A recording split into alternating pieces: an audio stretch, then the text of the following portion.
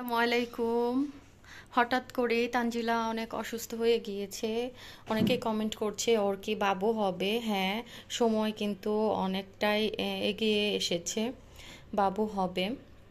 তো এখনো ডেটটা ওরা কাউকে জানায়নি।